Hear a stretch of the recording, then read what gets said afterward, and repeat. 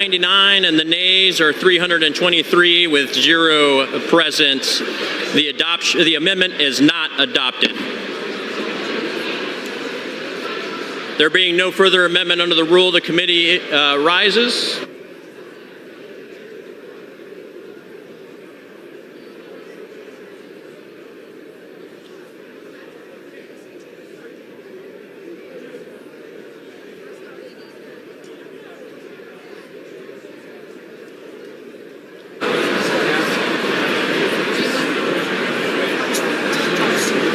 Mr. Chairman.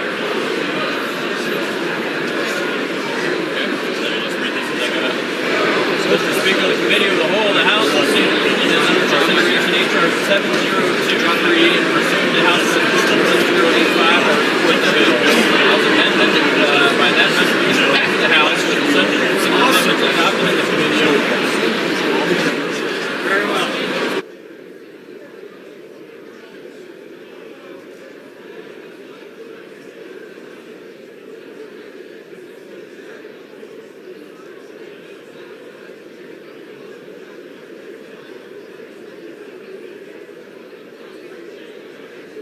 Say that again. Read the whole way.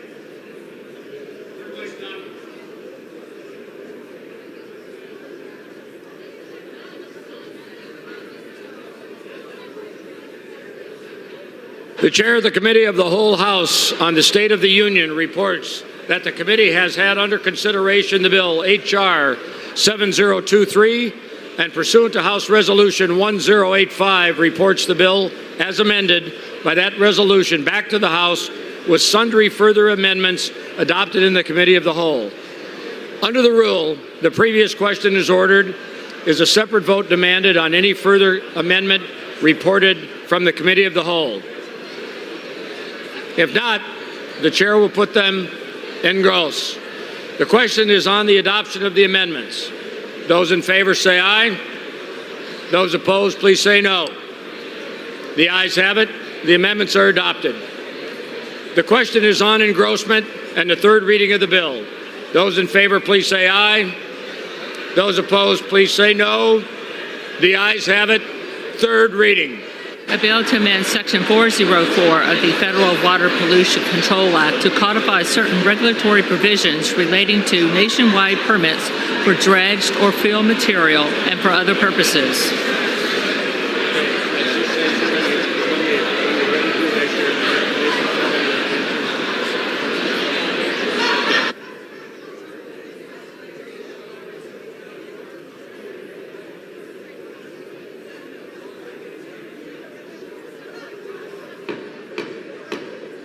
Order.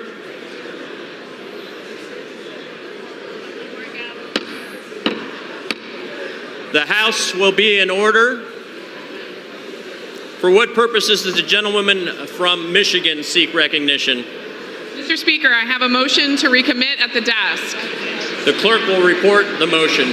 Skolton of Michigan moves to recommit the bill H.R. 7023 to the Committee on Transportation and Infrastructure.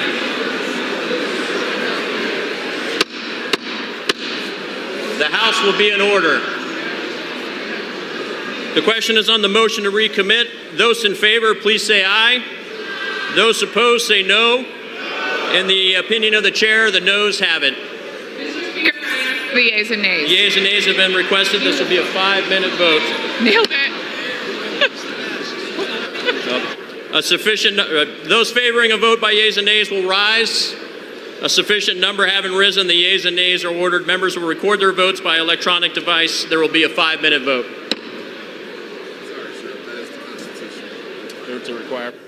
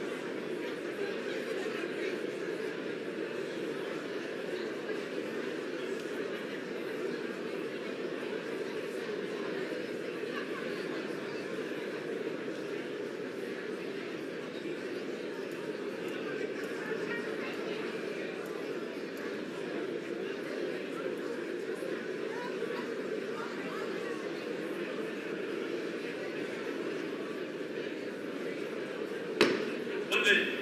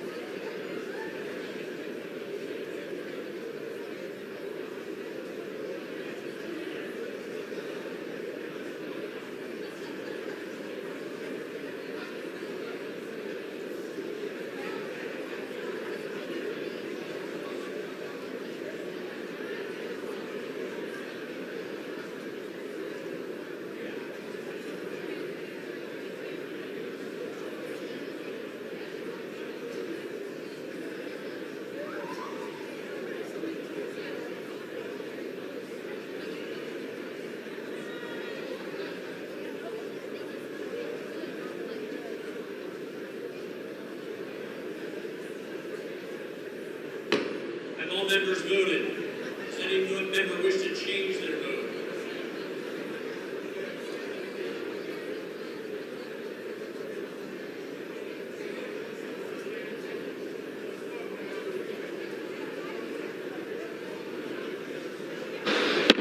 On this vote, the yeas are 205, the nays are 213, and 0 present. The motion is not adopted. The question is on passage of the bill. Those in favor, please say aye. Those opposed, say no. In the opinion of the chair, the ayes have it. And Request a recorded vote. Recorded vote request. For what purpose does the gentlelady from California seek recognition? Say it again. Recorded vote requested. A recorded vote is requested. Those favoring a recorded vote will rise. A sufficient number having risen, a recorded vote is ordered. Members will record their votes by electronic device. This will be a 5-minute vote.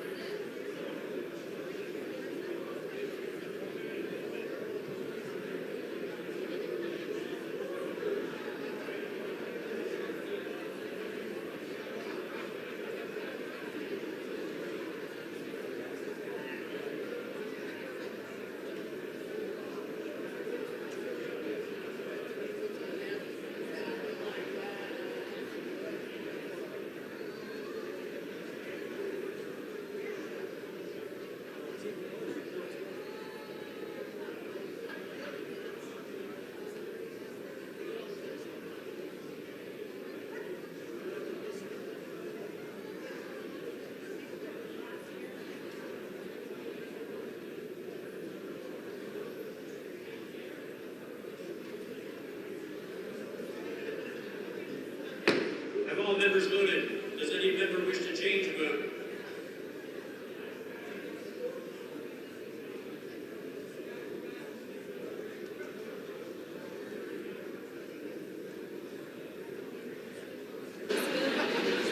On this vote, the yeas are 213, the nays are 205, and the bill is passed. Without objection, a motion to reconsider is laid on the table. Without objection, the title is amended.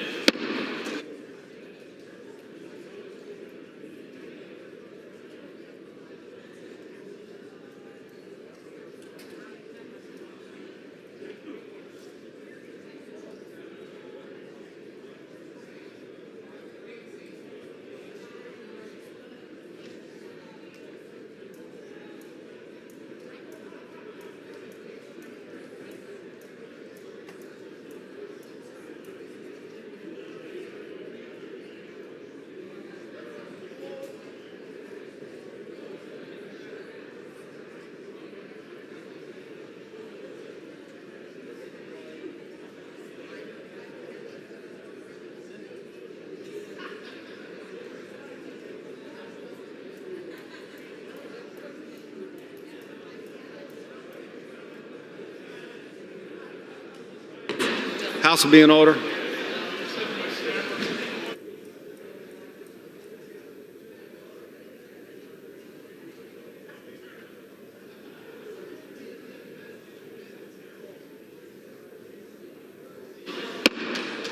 House will be in order. Please take your conversations off the floor.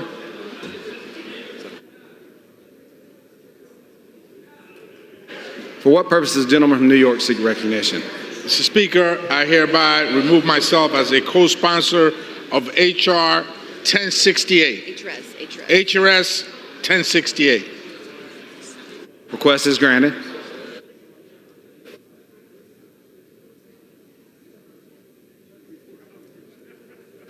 Entertain requests for 1-minute speeches. Purpose does the gentleman from Texas rise? Mr. Speaker, I rise to ask for unanimous consent to address the House floor for 1 minute and to revise and extend my remarks. Without objection, the gentleman from Texas is recognized. Mr. Speaker, I rise today to honor and congratulate my friend Henry Bell on 35 years of service to the Tyler Area Chamber of Commerce. This incredible milestone is a testament to his dedication, leadership, and unwavering commitment to the economic growth of the East Texas community. Throughout Henry's tenure, he has been a driving force behind the Chamber's success. Henry's deep knowledge of the resources, traditions, and history of East Texas, combined with his natural ability to build strong relationships, have helped attract new businesses and create countless jobs in East Texas. Under his guidance, the Tyler Area Chamber of Commerce has become a beacon of economic development, serving as a valuable resource and support system for businesses large and small. The Tyler Area Chamber is a regional top 5 chamber boasting more than 2,000 member organizations, businesses, and individuals. Beyond his professional contributions, Henry has sought to serve the Tyler community by dedicating his time and talents outside of work in keeping with the traditions of 5 generations of Bells that served before him. Once again, I congratulate Henry Bell on this remarkable milestone. The East Texas community is proud to have you, Henry, and we have been blessed because of you. I yield back.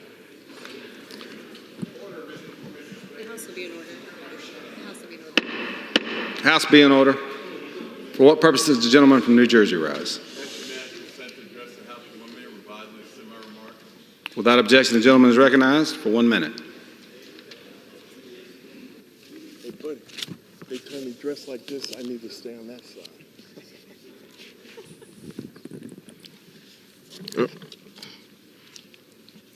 Mr. Speaker, I rise today to honor Eugene Konakya, the longest-serving president of St. Peter's University in Jersey City, New Jersey. President Konakya is retiring after this 17 years leading this prestigious university. During his tenure, President Konakya helped St. Peter's become a university and gain national recognition. He helped start the university's first doctoral programs and the new schools of business, nursing, and education. He oversaw the construction of the new student center, the Panopinto Hall, and creation of the STEM Empowerment Center. In addition, President Konakya secured more than $134 million in funding and $25 million in federal grants for the school. I enjoyed being there along with my two sons, Donald and Jack, to watch St. Peter's magical run during the 2022 NCAA tournament. And since then, they both have graduated from the school. And I will be rooting for the Peacocks during tonight's tournament as well. President Kanakia is an exceptional leader and will be missed at St. Peter's University. And with that, Mr. Speaker, I yield back. For what purpose does the gentleman from New York rise? Consent to address the House for 1 minute and to revise and extend my remarks. Without objection, the gentleman from New York is recognized for 1 minute. Mr. Speaker, today I rise to honor John Krieger, a revered FDNY veteran and stalwart of Rockland County, who passed away on March 18, 2024 at 81. John's work to improve fire safety and his service to our community exemplify a life dedicated to protecting others. Serving with distinction in the FDNY from 1965 to 1986, he later became Deputy Fire Coordinator for Rockland County, passionately advocating for fire safety and prevention since 2004. John's impactful journalism, notably the quote, Fire's Deadly Rage series, sparked significant community action, leading to a surge in smoke alarm installations across Rockland County.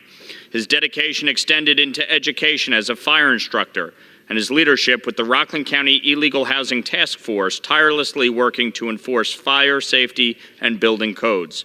Beyond his professional achievements, John's involvement in the West Haverstraw Volunteer Fire Department and numerous fire service associations highlighted his commitment to our community. His legacy as a firefighter, educator, and advocate leaves a lasting impact on Rockland County. We extend our deepest sympathies to his family, his many friends, and his beloved colleagues in the fire service, and remember John Krieger for the profound impact he had on making our community safer.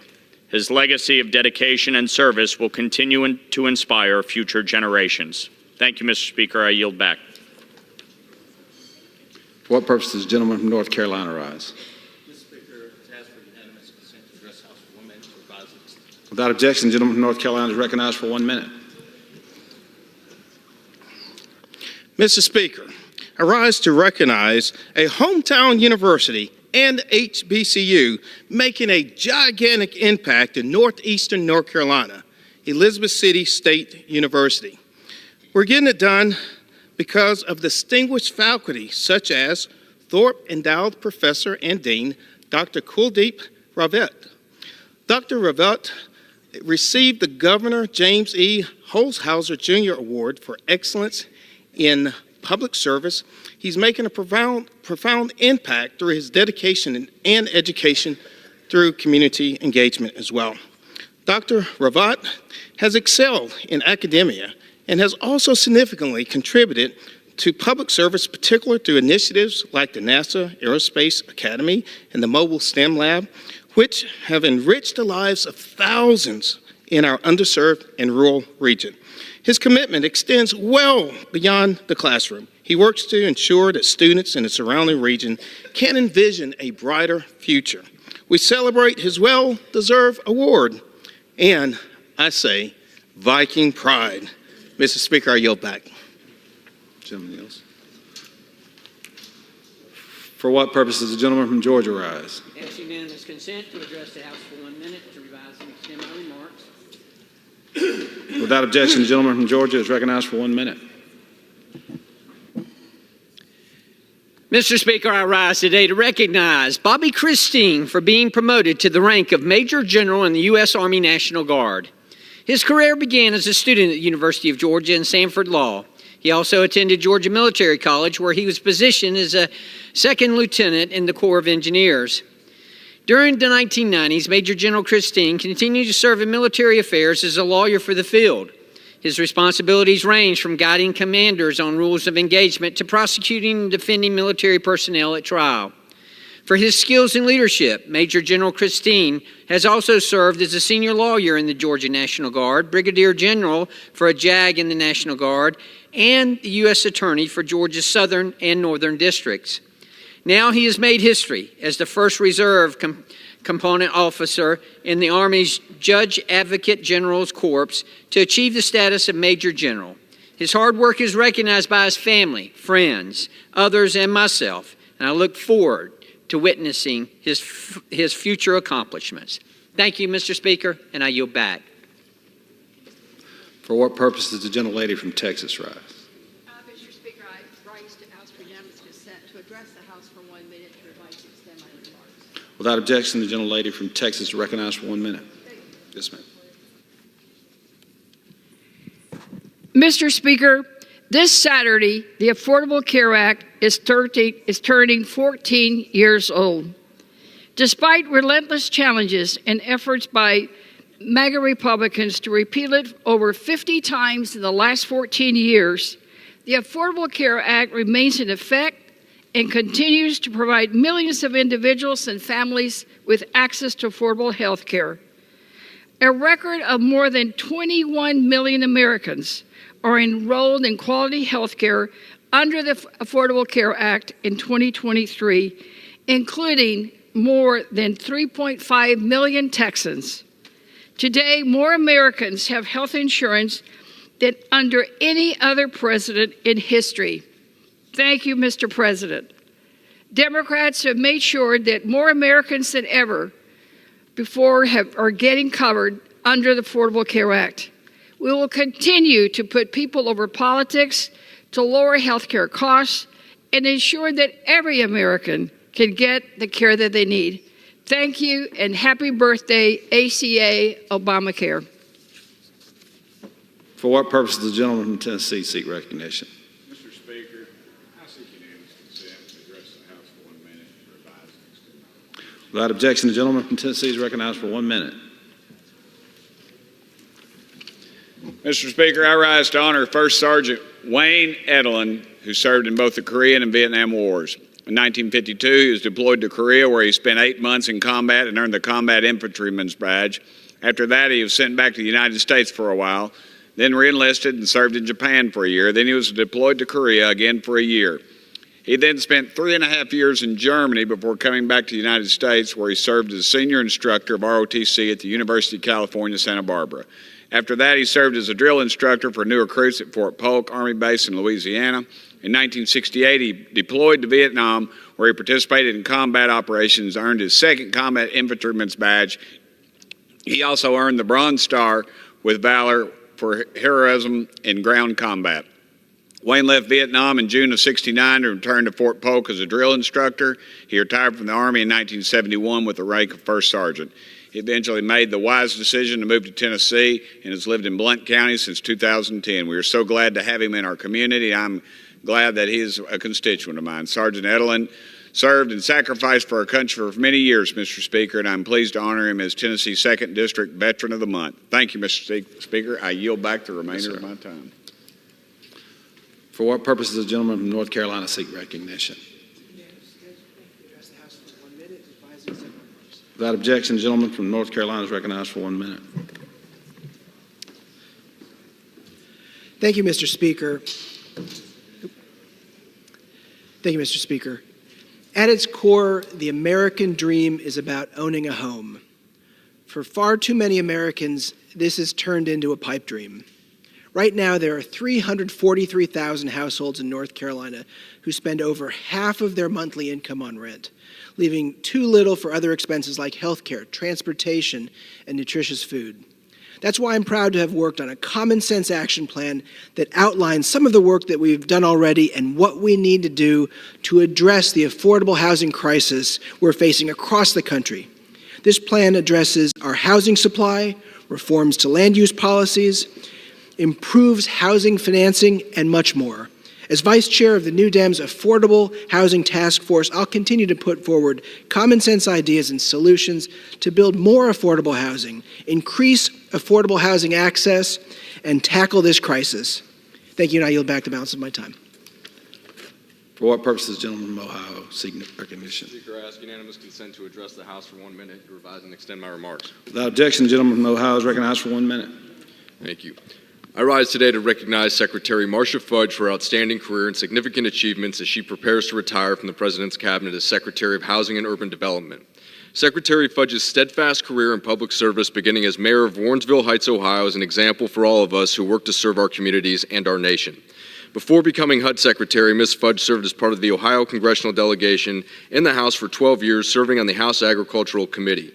She championed food and nutrition policies that are valued in Ohio and throughout the nation. I want to thank and congratulate Secretary Fudge on her accomplishments and contributions that have led to a more prosperous Ohio and a stronger America, and wish her a happy and healthy retirement. Thank you, Mr. Speaker, and I yield back. For what purpose does the gentlelady from Delaware seek recognition? Mr. Speaker, I ask unanimous consent to address the House for 1 minute and to advise and extend my remarks. Without objection, the gentlelady from Delaware is recognized for 1 minute.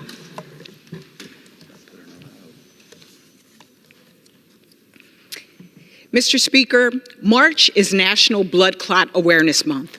1 American every 6 minutes dies from a blood clot, which is why yesterday I unveiled a virtual toolkit to raise awareness, promote action, and inspire advocacy, because blood clots don't discriminate. As a member of Congress and a member of the Health Subcommittee, this issue is a professional one for me and the 100,000 Americans who die. But as Lisa, this is personal. 10 years ago, I lost my husband, Charles Rochester, to blood clots. His death shook me to the core and inspired me to act. And that's why I introduced the bipartisan Charles Rochester Blood Clot Prevention and Treatment Act. Recently, my family was again impacted by blood clots. My dad was diagnosed with cancer, the second leading cause of death for people with cancer after cancer is blood clots. Dad contracted a blood clot in his leg and his arm, but because I knew the signs, we were able as a family to have 4 more months with him. He passed away in January. So today, for our loved ones and our constituents, let's raise awareness, let's advocate, let's act to stop the clot, spread the word, and save lives. I yield back. For what purpose does the gentlelady from North Carolina seek recognition? I ask unanimous consent to address the House for 1 minute, Mr. Speaker. Without objection, the gentlelady is recognized for 1 minute. Thank you, Mr. Speaker. I rise to recognize Jared L. Perry, a major in the United States Marine Corps, an exemplary North Carolinian, and a proud native of Ashe County. On April 5th, Major Perry will officially retire after 16 years of service to our nation, a record of service that is admirable and respected. His service to our nation has led him to travel to Central and South America on the USS Iwo Jima, to Afghanistan, where he served 2 combat tours, as well as to the Indo-Pacific. No matter where he has traveled to in service to our nation, one thing has remained the same: his commitment to advancing and safeguarding the values and freedom that make America the greatest country in the world. Congratulations, Major Perry, on your well-earned retirement. The entire nation thanks you for your service and sacrifice. We are forever grateful. I yield back. For what purpose does the gentlelady from North Carolina seek recognition? I ask unanimous consent to address the House for 1 minute and to revise and extend my remarks. Without objection, the gentlelady is recognized for 1 minute. Mr. Speaker, I rise today to call out the hypocrisy of Republicans who claim they want to support our Democratic allies but won't put words to action. The Speaker is leading a delegation to Normandy to commemorate the defeat of a destructive, brutal dictator by the United States and its allies in World War II. Yet he refuses to bring forward the Senate Emergency Aid Bill that would help our Democratic ally Ukraine defeat one of today's most brutal dictators, Vladimir Putin. That very same Senate bill would also provide much needed support to our democratic ally Israel as it continues its battle against the terrorist group Hamas, which savagely attacked Israel on October 7th and continues to hold more than 100 hostages, including Americans. So I ask my good friends on the other side of the aisle, will you stand up to the far-right extremists and call for the Speaker to bring the Senate aid bill to the floor? In the name of defending freedom and democracy, I urge you to do what you know is right for our country and the future of the free world. I yield back. For what purpose does the gentlelady from Missouri seek recognition?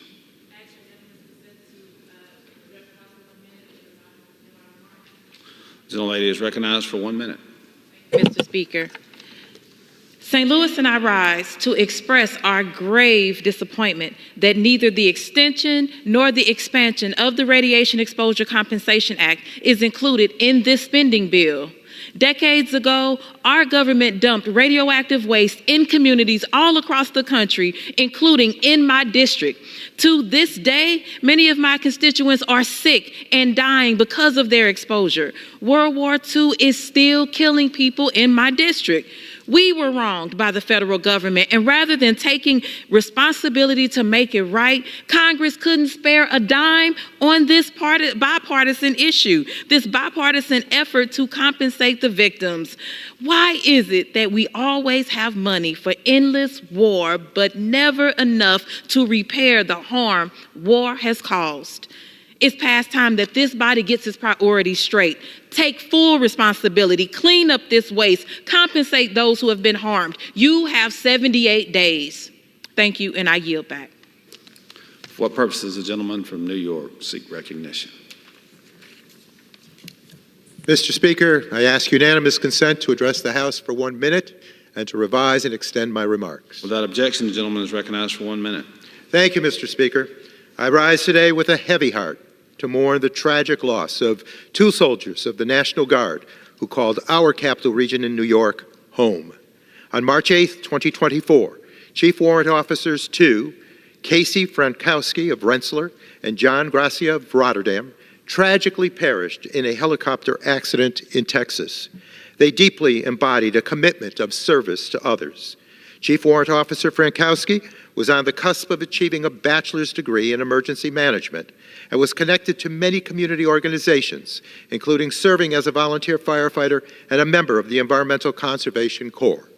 Chief Warrant Officer Gracia served as a cybersecurity analyst with the New York State Department of Homeland Security, and most recently, and proudly, as a New York State Trooper. This week, these heroes were brought home and met with the honors and recognitions deserving of their incredible bravery and sacrifice. My heart goes out to the vast universe of family, friends, and loved ones left behind and shattered by this truly terrible loss.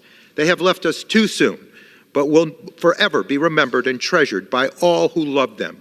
Their memories and their service will serve as a beacon for all in our Capital Region community and beyond.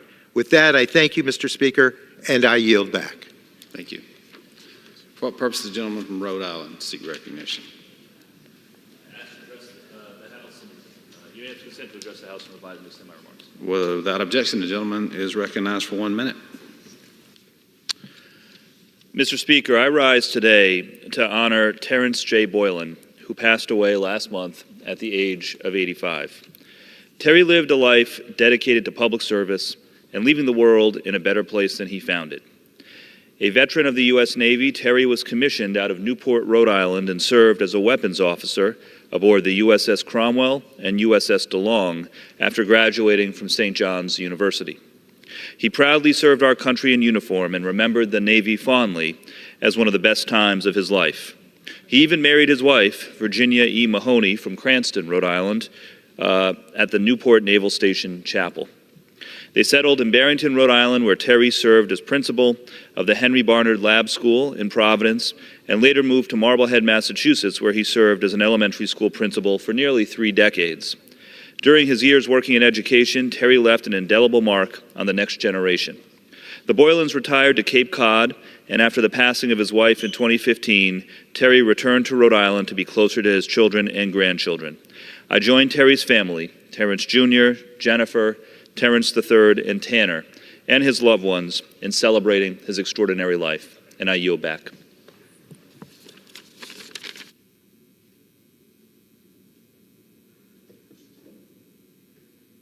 What purpose does the gentlelady from Texas seek recognition?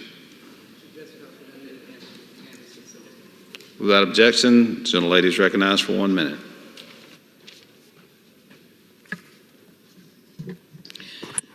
Mr. Speaker, I rise to give dignity and respect to the victims of pollution across America, those who have suffered from toxic catastrophes like the train derailment in Palestine, but more importantly, the cancer clusters in Fifth Ward, Texas, in Kashmir Gardens, Settegast, in the northeast part. And so the legislation, H.R. 7023, creating Confidence in Clean Water Permitting Act, does a complete opposite by limiting the Environmental Protection Agency's authority to regulate the discharge of pollutants into the United States waters. Those waters then trickle into soil.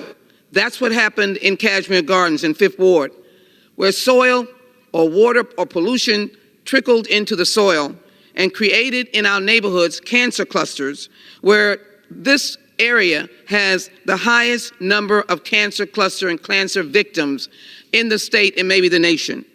I'm trying to fight it.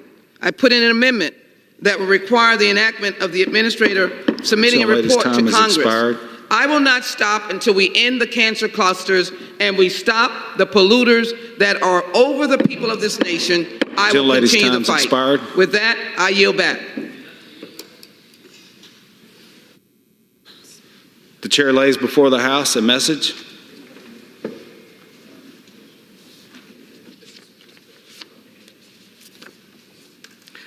To the Congress of the United States, when I was elected president, a pandemic was raging and our economy was reeling, and trickle-down economics had undermined our nation's growth long term. I was determined to rebuild the middle out and bottom up, not the top down, because when the middle class does well, we all do well. We can give everyone a fair shot and leave no one behind. Our plan has brought transformational progress. In the near term, my administration moved quickly to help hardworking families and businesses make it through the pandemic with a historic rescue plan that vaccinated the nation, delivered immediate economic relief to people in need, and sent funding to states and cities to keep essential services going. We worked with the private sector and labor unions to ease bottlenecks and shortages in our supply chains, getting goods flowing again and making our economy more resilient for the future. Today, America is in the midst of the strongest recovery of any advanced economy in the world. Along the way, we've achieved one of the most successful legislative records in generations, bringing new opportunities to communities of all sizes nationwide. We're tackling years of underinvestment in public infrastructure, clean energy, and advanced manufacturing, making sure the future is made in America by American workers. We're making the biggest investment in American infrastructure in generations, including over $400 billion for 46,000 projects and 4,500 communities to date. These projects are rebuilding the nation's roads, bridges, railroads, ports, airports, public transit, water systems, high-speed internet, and more in every part of the country. We're also making the most significant investment in fighting climate change in history, advancing breakthroughs in clean technology, boosting energy independence, lowering electricity costs for hardworking families, and revitalizing fence-lined communities smothered by a legacy of pollution. At the same time, we're working with the private sector to strengthen America's semiconductor and advanced manufacturing industries as well, empowering workers and small businesses to share in the benefits. Already, my Investing in America agenda has attracted $650 billion in private investment from companies that are building factories here in America. We've ignited a manufacturing boom, a semiconductor boom, a battery boom, an electric vehicle boom, and more. My agenda is creating hundreds of thousands of good-paying jobs so folks never have to leave their hometowns to find work they can raise a family on. Today, America once again has the strongest economy in the world. A record 15 million jobs have been created on my watch, giving 15 million more Americans the dignity and peace of mind that comes with a steady paycheck. The unemployment rate has been below 4% for the longest stretch in over 50 years. And we've seen the lowest unemployment rate for Black Americans on record. Economic growth is strong. Wages are rising faster than prices. Inflation is down by 2/3. We have more to do, but folks are starting to feel the results. Real income and household wealth are higher now than they were before the pandemic, and consumer sentiment has surged more in recent months than in any time in decades. Americans have filed a record 16 million new business applications since I took office, and each one of them is an act of hope. Importantly, we're paying more for many of these historic investments by making our tax system fairer. We've cut the deficit by $1 trillion since I took office, one of the biggest reductions in history. And I've signed legislation to cut it by $1 trillion more over the next 10 years, in part by raising the corporate minimum tax to 15% and making the wealthy and big corporations start paying their fair share. It's clear that we're making tremendous progress for the American people, but we have more to do to finish the job. My administration is going to keep fighting to lower costs for hardworking families on everything from prescription drugs to housing, child care, and student loans. Folks in Washington have tried to reduce prescription drug costs for decades. Our historic Inflation Reduction Act is getting it done. It, for example, caps the cost of insulin for seniors at $35 a month, down from as much as $400. And starting next year, no senior on Medicare will pay more than $2,000 a year in total out-of-pocket drug cost, even for expensive medications that can cost many times more. It also protects and expands the Affordable Care Act. As a result, more Americans have health insurance today than ever. We're also making real gains in expanding access to housing. More families own homes today than did before the pandemic. Rents are easing, and a record of around 1.7 million housing units are under construction nationwide. We'll keep working to lower housing costs and boost supply by expanding rental assistance, speeding builders' access to federal financing to build more affordable homes, and reducing mortgage payments for first-time home buyers. Meanwhile, we're standing up for workers and consumers and cracking down on unfair hidden junk fees that companies like airlines, banks, and insurers slip onto people's bills. At the same time, we're working to get every child in America the strong start they need to thrive. The American Rescue Plan expanded the child tax credit, cutting child poverty nearly in half in 2021. We'll keep fighting to restore it and to guarantee the vast majority of American families access to high-quality child care for no more than $10 a day. Our rescue plan also made the biggest investment in public education in American history. Today, we're pushing to further boost funding to schools in need, to expand tutoring and after-school programs, and to ease teacher shortages. And keeping my promise to ease the crushing burden of student debt as well. Despite legal challenges, we've canceled $138 billion in student loans for nearly 3.9 million Americans, including more than 750,000 teachers, nurses, firefighters, social workers, and other public servants.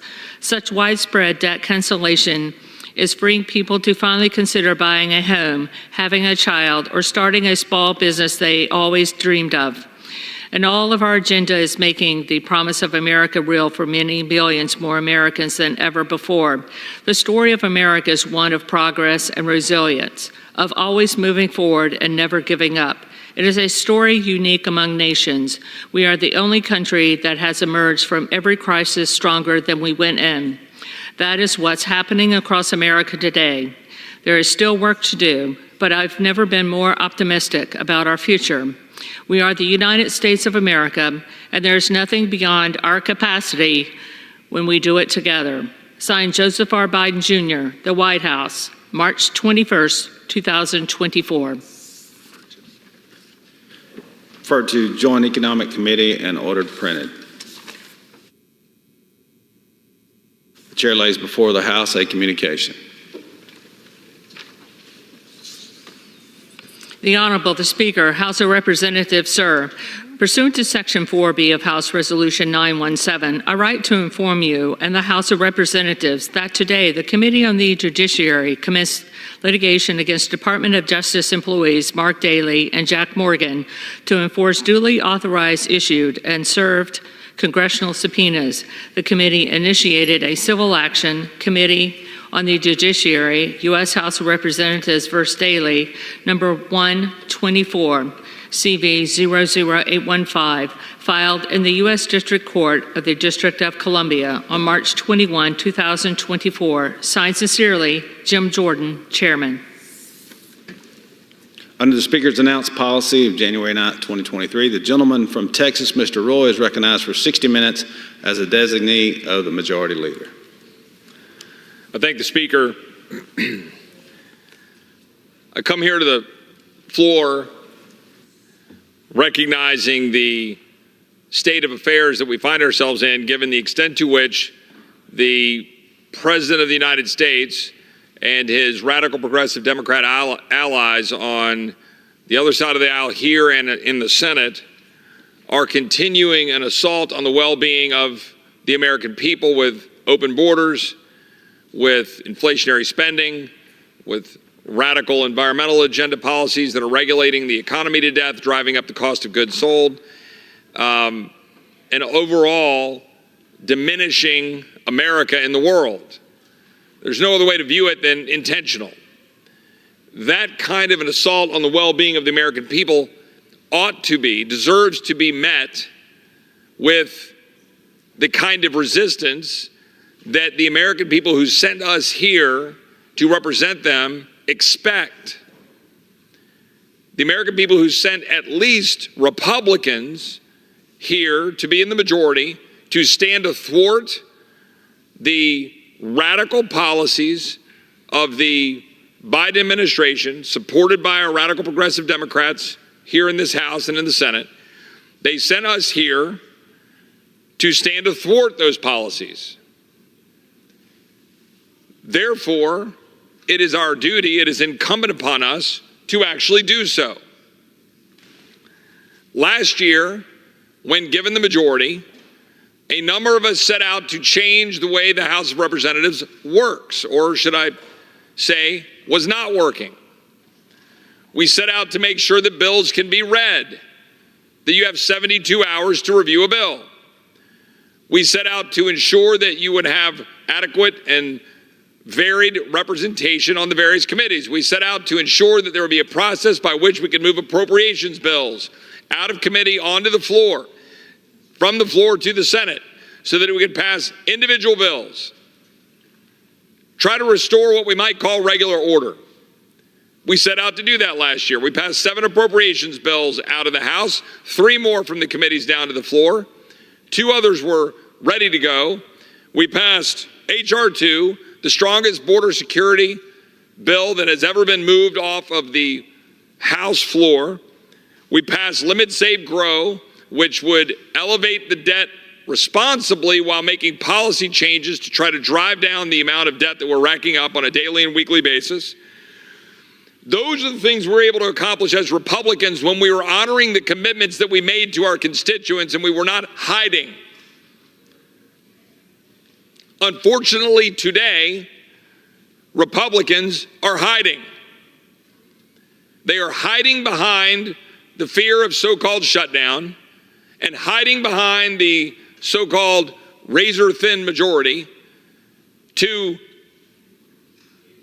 pass a massive omnibus spending bill, the second part of a 2-part omnibus spending bill that blows past the spending caps passed on a bipartisan basis, increases the spending over the very levels perpetuated by Nancy Pelosi that virtually every Republican in this chamber opposed not 15 months ago.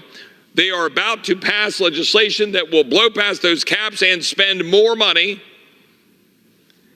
And they are going to do so knowing full well that we are not achieving the vast majority, barely any, of the policy changes that we fought for all last year in the appropriations process.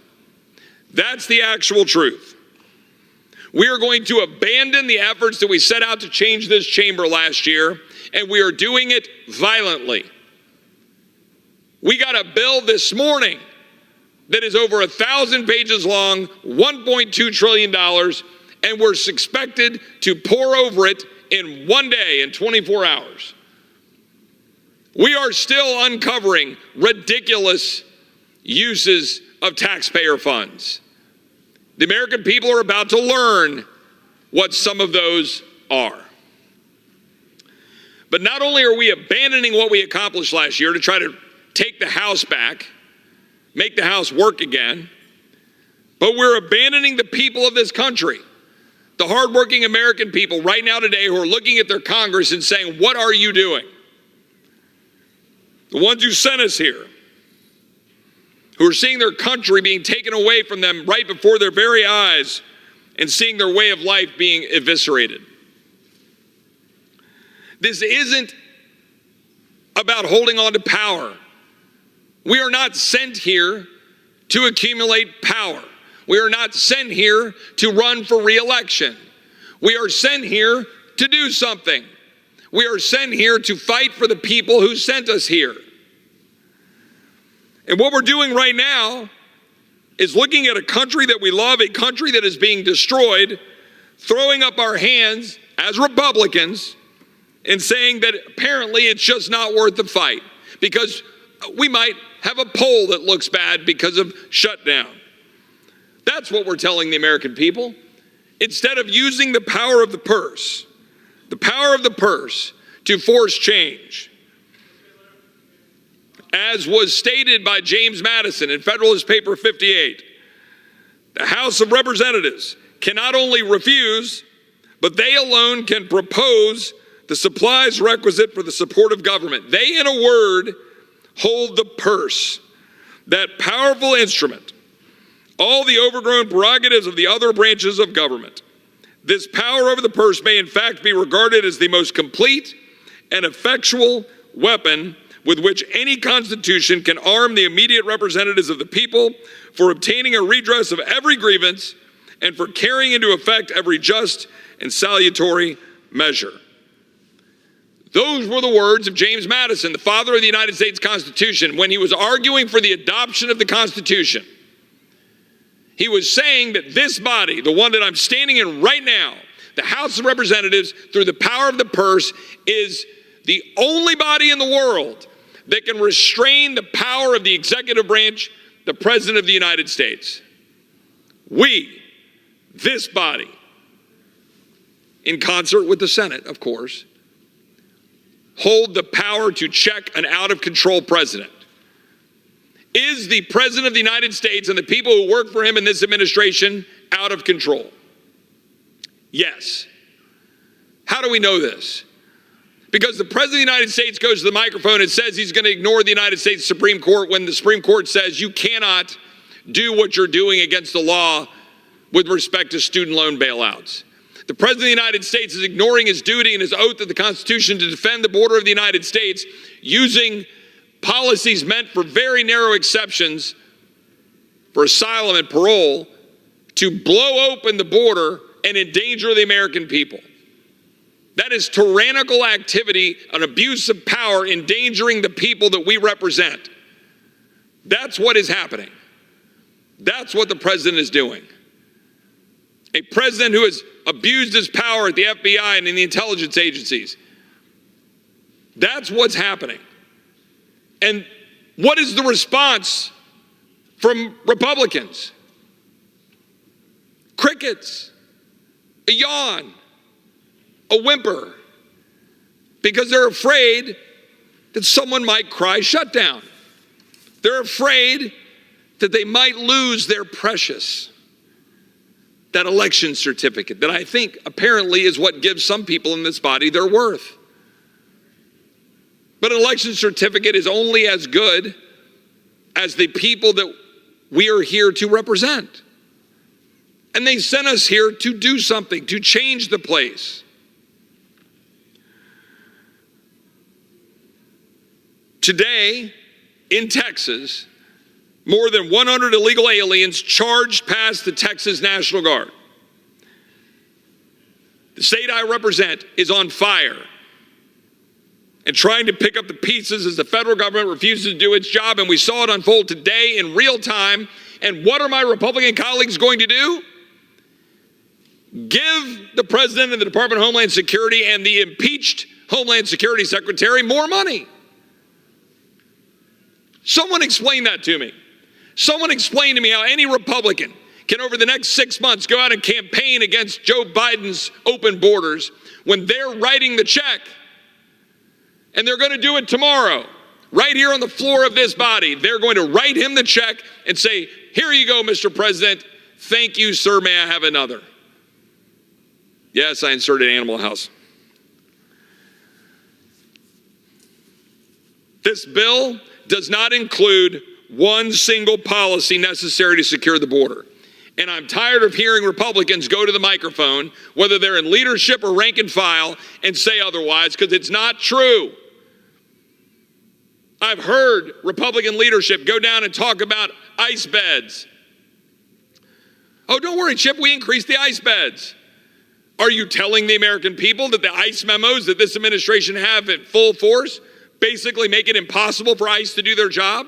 That those beds will therefore not be filled? Oh, but Chip, that's for future President Trump to use. President Trump can increase the ICE beds to what he had when he was president before, which was as many as 57,000 beds. This is nonsense. It's nothing, but it's worse than nothing. It's actually worse than nothing. Because my same Republican colleagues who go out to the microphone and say, we are going to increase Border Patrol. First of all, good luck recruiting more Border Patrol agents right now. They can't even achieve the numbers that they're currently at 17 or 18,000. No, in our bill we say, oh, don't worry, we're going to be at 22,000 Border Patrol agents. Guess how our Democratic colleagues characterize that amazing feat of negotiation that Republicans carried out? They characterized it as expediting the processing of more illegals because you know what? At least they're honest about it. That is exactly what it would do. You're going to give more funding for more Border Patrol agents to process more illegal aliens who are overrunning our border, overrunning our cities, overrunning our hospitals, overrunning our jails, overrunning our schools, driving mass crime into our communities, resulting in the death of Laken Riley, resulting in the death of Kayla Hamilton, resulting in the death of too many people for me to sit here and mention. And Republicans are going to go cower in the corner tomorrow, wring their hands, and say, we can't talk about a shutdown. That's what's going to happen. And meanwhile, we're going to go out this summer and do what? 80th anniversary of D-Day. Let's go give some speeches over in Normandy. What, you're so proud of those young men who walked into a wall of bullets and went up a cliff so that you could give your country away? With billions of dollars to an administration that's going to allow every single thing they fought for to get whittled away. That's the truth. Every Republican tomorrow and Democrat, every Republican tomorrow who votes for this abomination of a bill will own, personally own, the mass release of illegal aliens in violation of law because you're funding it. On top of 4.5 million releases so far, and almost 2 million gotaways so far. You vote for this, you own it. You own the release of illegal aliens with notices to appear in court as far out as 2035 and growing, and limited knowledge to where they even are. You own it. You own the unlawful mass parole programs, the use of the CBP One app. The funding you're voting for tomorrow will fund that. Of over 1 million individuals, including the known member of a Venezuelan prison gang who violently murdered Laken Riley. You own that. It's not good enough to pass a bill last week and named after Laken Riley and then come here and write the check to the very people who are responsible for allowing it to occur. You own bringing the chaos in Haiti to the shores of America via the Cuban and Haitian and Nicaraguan and Venezuelan parole program. You own that. The Haitian migrant who raped a 15-year-old disabled girl who was here as a migrant in Massachusetts. You're funding that. The dismantling of the migrant protection protocols that were effective under the previous president, you're funding that. You're funding the halt of the wall construction. You're funding the legal attacks on the state of Texas for standing up to try to secure our border, even as our National Guard get overrun. You are funding that if you vote for this bill tomorrow. Texas has had to spend over $12 billion of its own money. I can tell you what you're not funding. You're not funding paying Texas back. And I'm talking to my Texas delegation friends now. Are you literally going to go home to Texas when your own National Guard are getting overrun, your own state is not getting paid back, we're not getting any policy changes, you're going to increase the debt, and you're going to go try to sell that garbage to the people of Texas? Spare me when I see you campaigning this year on border security. It's a fraud. It's a fraud for Republicans to campaign on border security while you fund it. You fund the lawlessness. You fund the open borders. You fund the death of Laken Riley. You fund the fentanyl pouring into our communities and killing our kids. You own the DHS memos, policies, and rules that restrict Border Patrol's ability to do their job. You own it. You own the continued exploitation of unaccompanied minors, the little girls getting sold into the sex trafficking trade, the 85,000 children that were lost by the very Office of Refugee Resettlement that you will fund tomorrow. You own it. Don't campaign against it and then write the check. You own the funding for the sanctuary cities that refuse to cooperate with immigration law enforcement, which, by the way, are hamstrung in the first place by an administration that doesn't care about the law. You own it. Don't go complain about sanctuary cities. You're funding it. And it's worse, as I said before, because DHS gets more money. They get an increase in funding, not to change the policies, but to give Border Patrol the ability to process more people quickly, which means more people come to the border.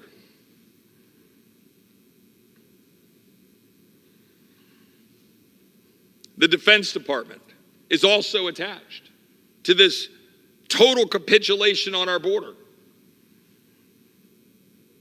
We continue to fund a woke Department of Defense in the wake of a weak National Defense Authorization Act passed in December, which, by the way, we were promised by Republican leadership was just one step. Just get past that, don't worry, then we'll fight on spending. Well, if this is what fighting on spending looks like, I'm not sure why you bother flying to Normandy to go regale those who had the courage to go walk into a wall of bullets and scale a cliff to defend America and go fight against Nazi Germany. And this is what we do? Is this what we do when our hour is before us? We will be funding and therefore own, if you vote for this bill, Biden's illegal Department of Defense abortion travel fund. You own it. And by the way, all you social conservative groups out there, all you so-called pro-life groups, where the hell are you? Crickets, silence, because you care about political power more than the very thing you say you're for. And you know who you are. Transgender surgeries at the Pentagon. Where are the social conservative groups? Cowering in the corner. Woke DEI offices across the Pentagon destroying the military morale. You can't even recruit anybody to the Pentagon anymore. You're funding it. Don't complain about it while you're funding it. woke DEI offices, Biden's climate change executive orders undermining our warfighting capabilities. You're funding it. The Deputy Inspector General for Diversity and Inclusion, Extremism in the Military. You're funding it. You own it.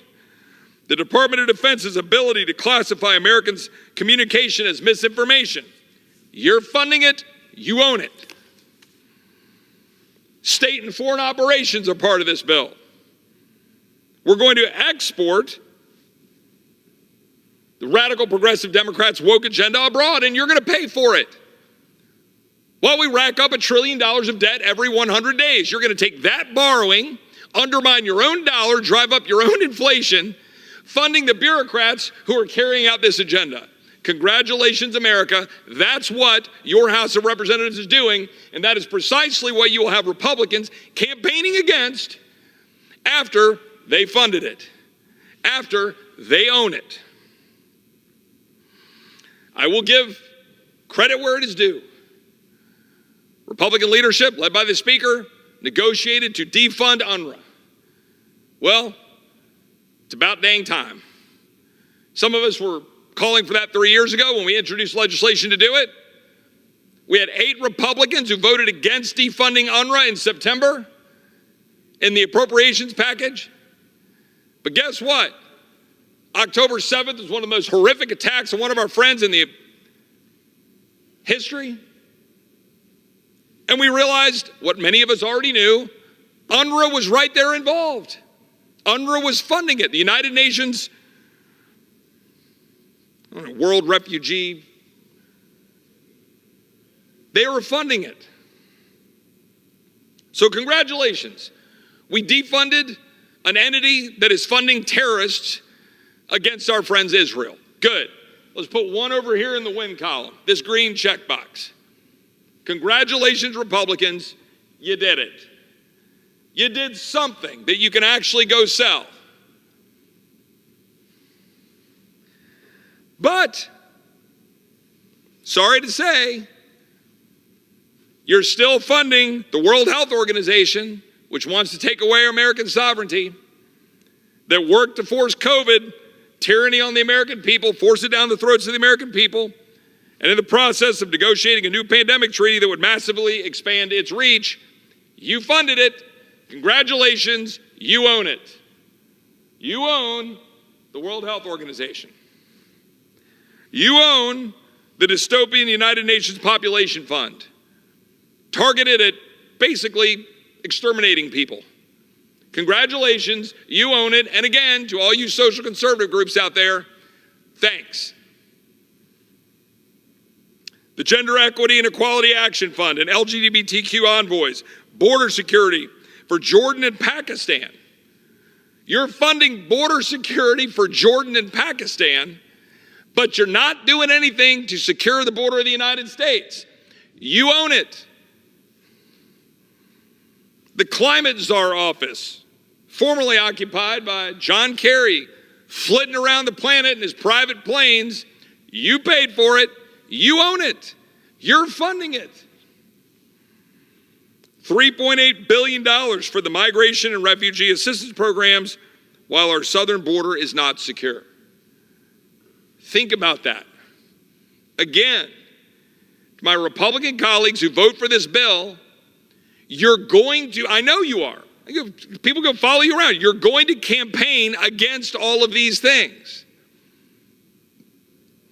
I guess you're going to go all in Texas Hold'em style on President Trump and say, well, it's going to take President Trump to save us. How's that separation of powers thing working out for you? Did you skip that part of civics? That we're a co-equal branch of government? Oh, but Chip, we can't do that. We need a president to save us. Why the hell are you in Congress? We're actually supposed to be more important than the President of the United States. That's why we're Article 1. But we're too chicken to use the power. The most powerful tool that we have. These guys can't do what they're doing to the American people and to our country without the money to do it. And not only are we giving them the money, we're giving them more money And we're borrowing to do it at extraordinary rates. Does anybody be reminded that we are now spending more on our interest on the debt than we are on defense this year?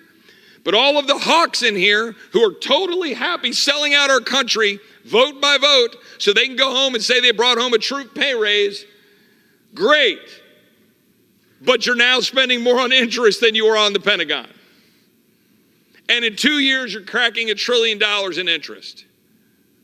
The president's budget that he just sent to us has us spending more on interest over the next decade every year than we do on defense. Congratulations. Republicans, you own it. How about the FBI headquarters? Good job, Republicans. You went out and campaigned when we passed the last omnibus bill and said, we got cuts to the FBI. Went out and sold that. First of all, it was bogus. The vast majority of the cuts came from one earmark from a building in Alabama that Richard Shelby got last Congress. He's no longer here to defend, so you axed it and then claimed you had some massive cut to the FBI. That's called swamp politics. But now, in this omnibus spending bill, guess what? We go ahead and fund the new FBI headquarters. So who cares that the FBI just massively spied on the American people? By the way, we haven't done anything about that except for extend their powers through the continuation of FISA without actually putting in a warrant to protect warrantless searches.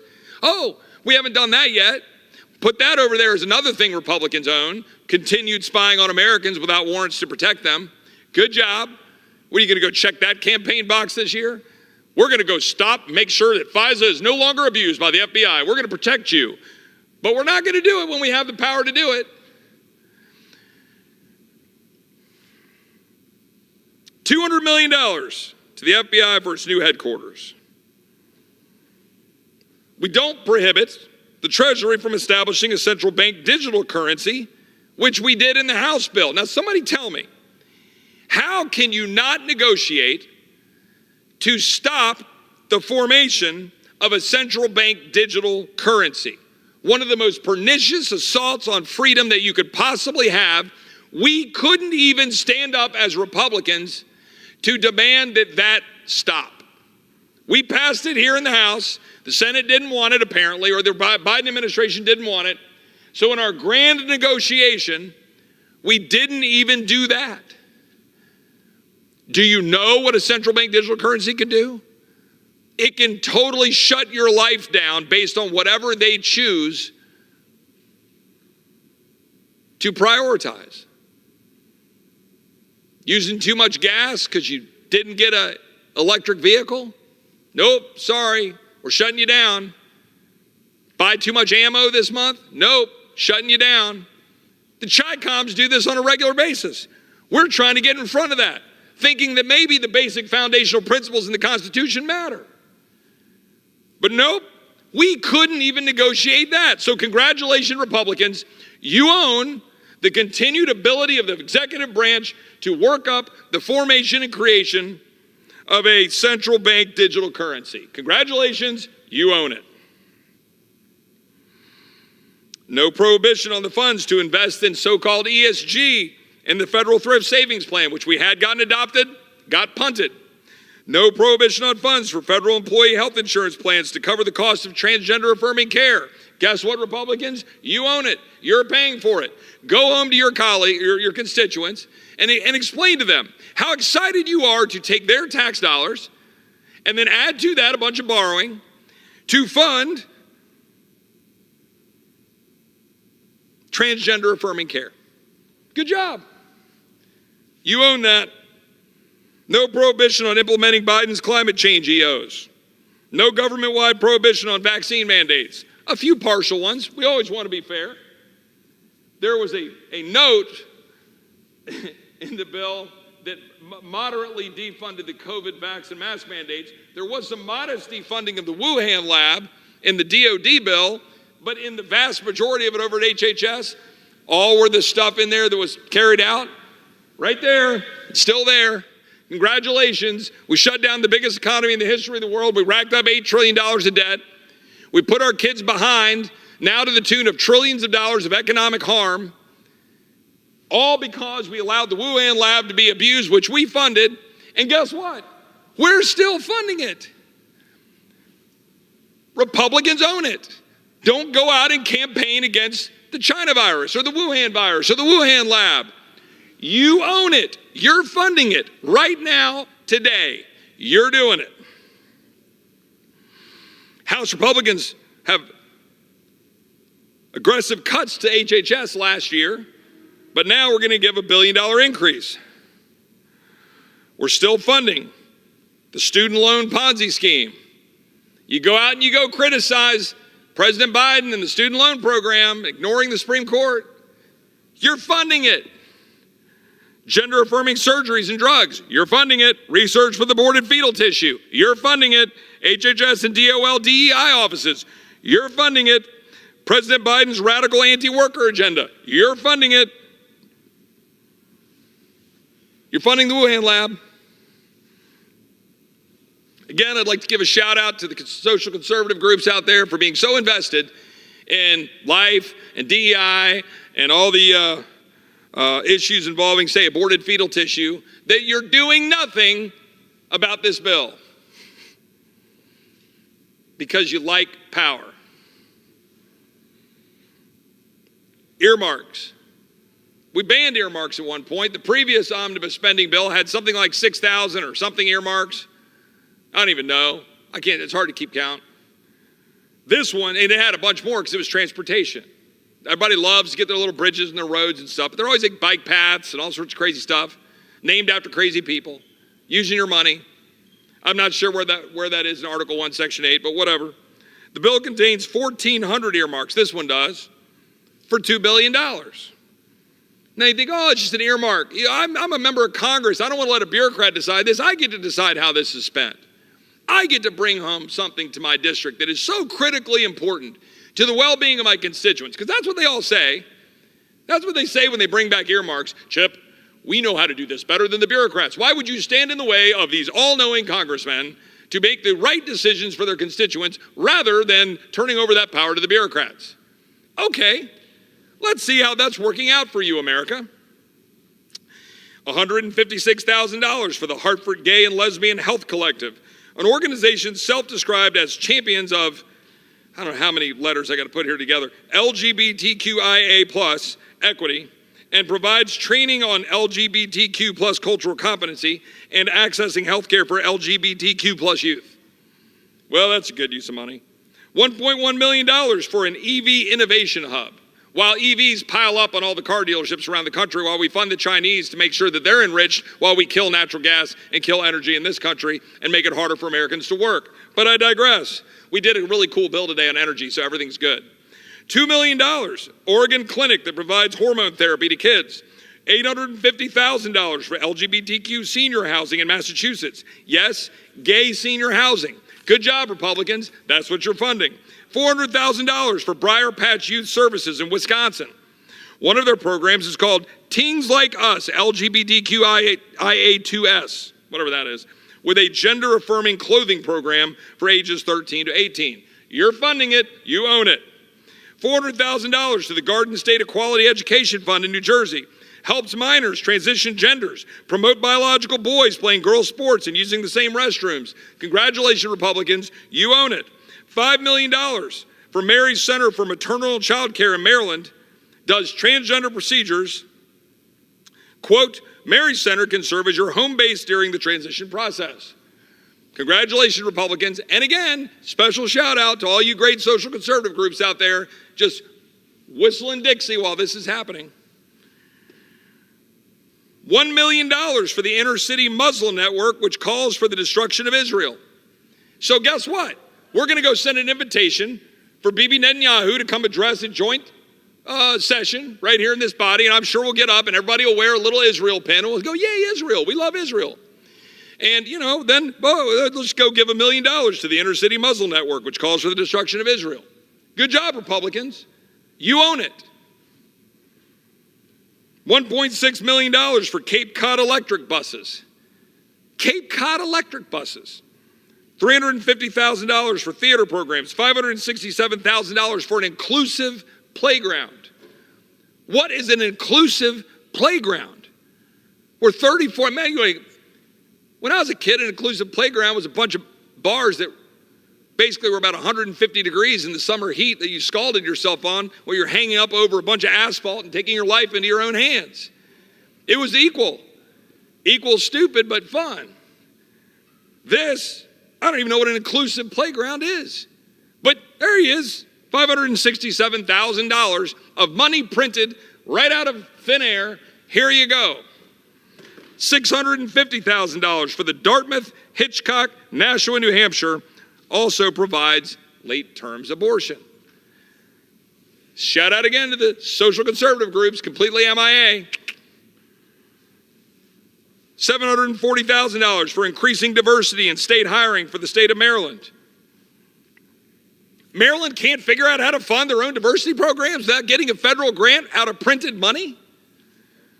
$870,000 for a group that wants to defund the police in Connecticut. So Republicans who get up and rant about police being defunded are going to fund the defunding of police in Connecticut. You can't make this stuff up. You can't. $655,000 for Massachusetts Women of Color Coalition, Inc. I don't even know what that is. I could keep going.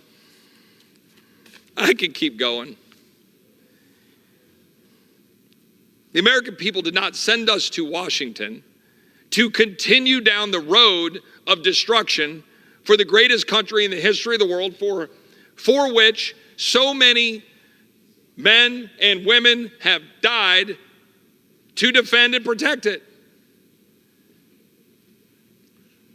Cherry blossoms are all exploding. We go walk down by the tidal basin. We walk down by the Jefferson Memorial. We'll read all those words. We walk across by the Lincoln Memorial, go across the Memorial Bridge to what? 400,000 tombstones on the other side of the Potomac for those who either actually gave the last full measure of devotion or were willing to do it and survived and came back and were buried there. What did those 400,000 give that last full measure of devotion for? It wasn't for this.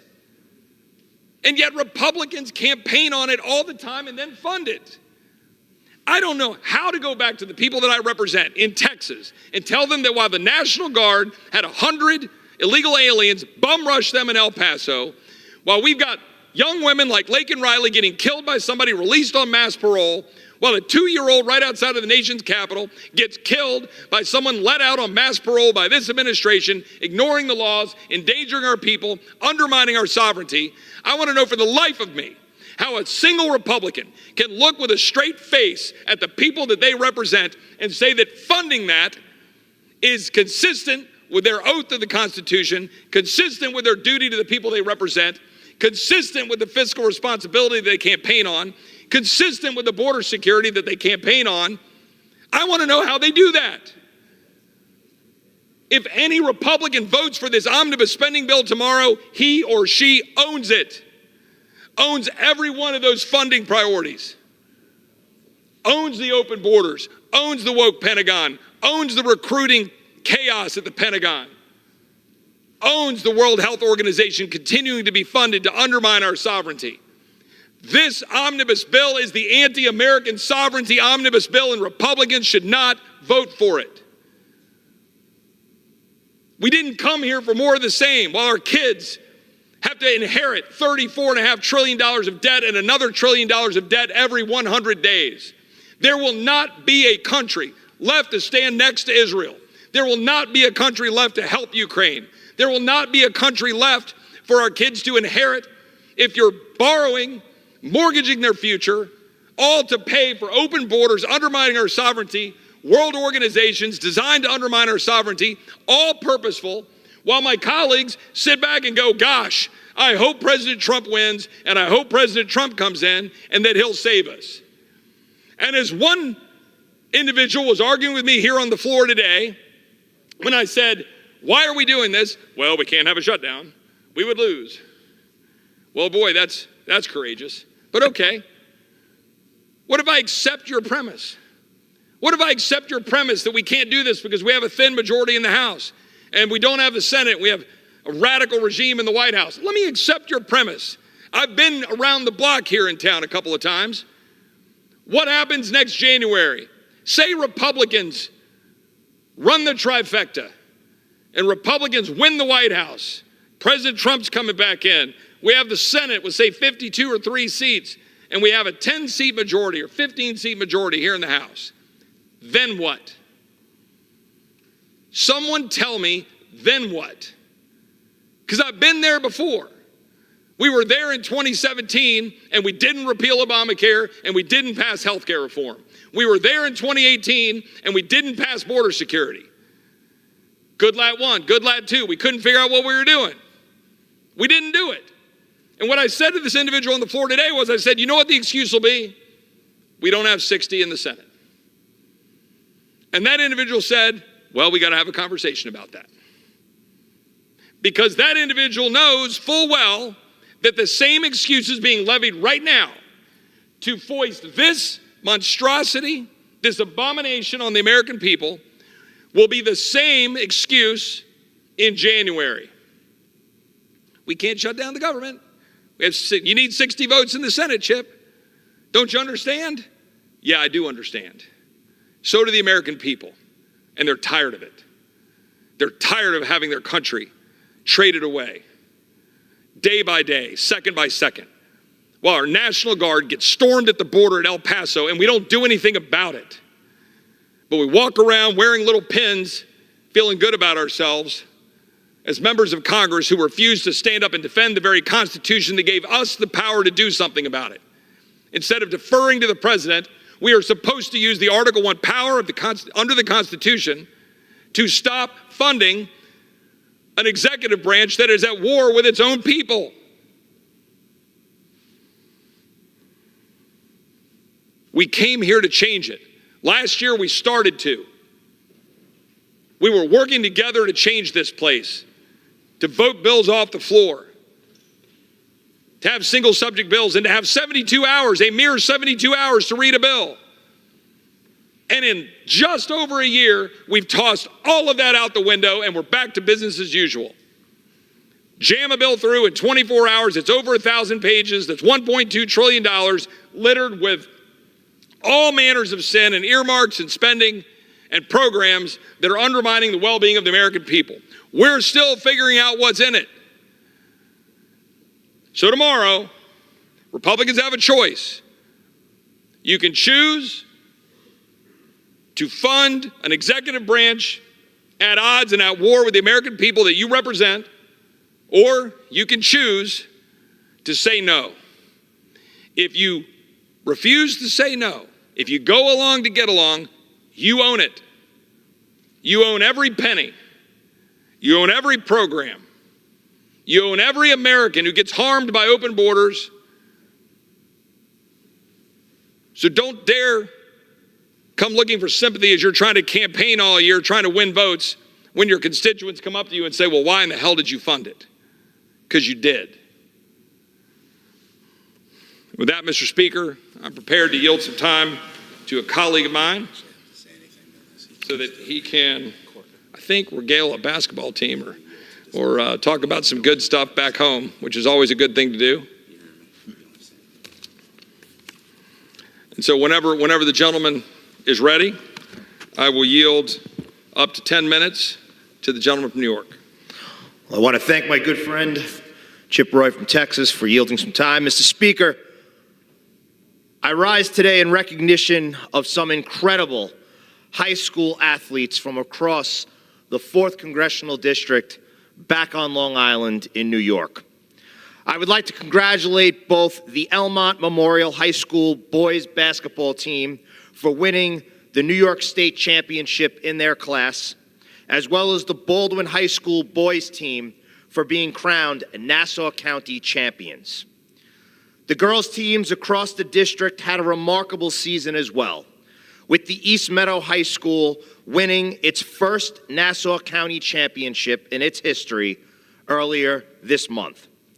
I also must give a shout out to the boys basketball team from my alma mater, Chaminade High School, for a big win in double overtime to secure the CHSAA Class A New York State Championship.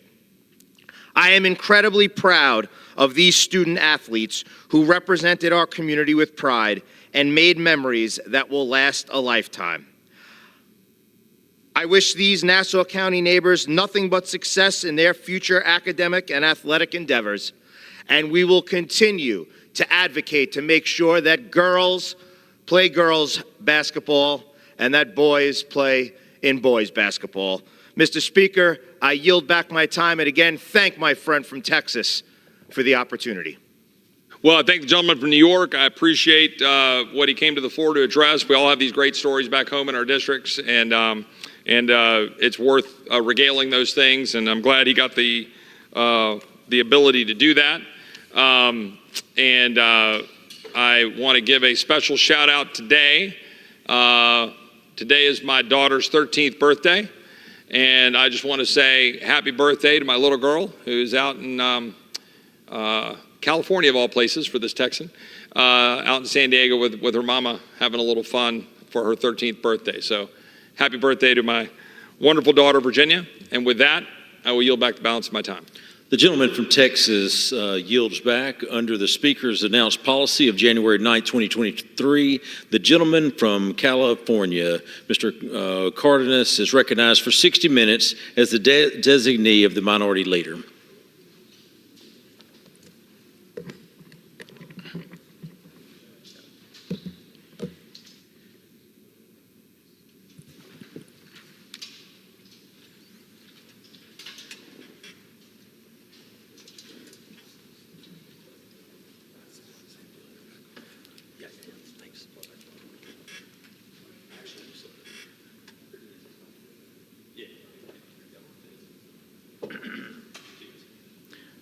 Thank you, Mr. Speaker. It's such an honor and a privilege to be a member of the House of Representatives, where we can come before this body and express what's in our heart and in our minds. And today I have the honor of speaking of individuals and organizations who have done wonderful, wonderful work in my community, the San Fernando Valley. On behalf of Women's History Month, I'd like to honor these individuals and these organizations. This celebration is not only a recognition of women's achievements, but also an acknowledgement of their pivotal role in shaping the fabric of our communities across our great nation on this month of Women's History Month. The San Fernando Valley is known for its cultural communities, multicultural communities, and owes much of its richness to the relentless efforts of women who have built businesses, led community organizations, and spearheaded social justice movements across our community. As we celebrate Women's History Month, let us remember and honor the trailblazers who fought for equity for women, the educators who inspired future generations, and the entrepreneurs who defied the odds to create lasting legacies in their businesses and other endeavors. Their activism and achievements have laid the groundwork for a more inclusive and equitable community. In recognizing the contributions of women in the San Fernando Valley, we celebrate not just their historical impact, but also their ongoing role in shaping our future. Let us continue to acknowledge and uplift their voices and acknowledge their lasting mark on our community's history and its unfolding story. Our community's progress and prosperity are built in large part on the enduring spirit and achievements of women throughout the San Fernando Valley. I'd like to honor Mary Helen Ponce. I rise today to honor Mary Helen Ponce for Women's History Month, a distinguished author and professor whose contributions have significantly enriched Chicano literature and academia. As we celebrate the women of our communities, it is fitting to recognize individuals like Mary Helen Ponce, whose work has left an indelible mark on our cultural landscape. Mary Helen Ponce was born in Pacoima, California, amidst the vibrant tapestry of first and second generation Mexican immigrants in the San Fernando Valley. From her early years, she exhibited a deep appreciation for her cultural heritage, a sentiment that has profoundly influenced her academic and literary pursuits and successes. After completing her bachelor's degree in anthropology from the California State University, Northridge in 1978, Mary Helen Ponce embarked on a journey of scholarly exploration. She obtained a master's degree in Chicano studies from the same institution in 1980 and followed by another master's degree at the University of California, Los Angeles, where her academic prowess was recognized with the History Department's prestigious Danforth Fellowship in 1984. Mary Helen furthered her education by earning a PhD from the University of New Mexico in 1995. Throughout her illustrious career, Mary Helen Ponce held various teaching positions at esteemed institutions such as the University of California, Los Angeles, the University of New Mexico, and the University of California at Santa Barbara. Her dedication to education and commitment to fostering understanding and appreciation for Chicano culture have left a lasting impact on her students and colleagues alike. Mary Helen Ponce's influence in literature shines very bright to this day. With 3 published books and numerous articles and short stories to her credit, she masterfully encapsulates the nuances of Chicano life and culture, exploring themes of bilingualism, biculturalism, and acculturation. Her work served not only as a testament to her literary prowess, but also as representation for marginalized voices. Beyond her professional endeavors, Mary Helen Ponce remains deeply committed to various organizations, including Comisión Femenil of the San Fernando Valley, National Writers Union, and the California State University Northridge Alumni Association. Her unwavering dedication to preserving and celebrating Chicano heritage continues to inspire and resonate with readers worldwide. In recognition of her outstanding achievements and enduring legacy, I commend Mary Helen Ponce for her invaluable contributions to literature, academia, and the advancement of Chicano culture in the San Fernando Valley and beyond. May her remarkable journey serve as a source of inspiration for generations to come.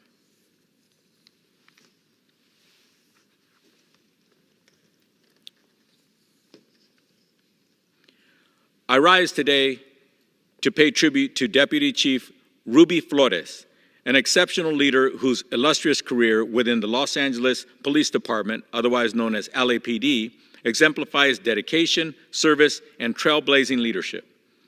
As we commemorate Women's History Month, it is only fitting to recognize Deputy Chief Flores for her outstanding contributions to public safety and her commitment to promoting diversity, equity, and inclusion.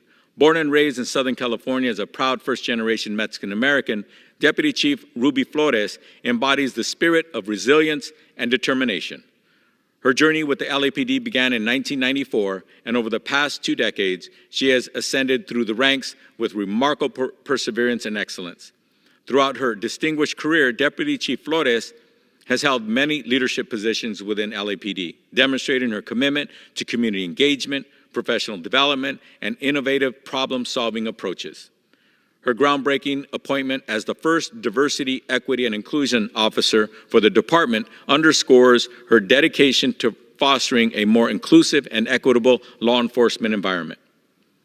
In January of 2024, Deputy Chief Ruby Flores made history by becoming the first woman to receive command of the LAPD Operations Valley Bureau, and the first Latina promoted to Deputy Chief within LAPD in its entire history.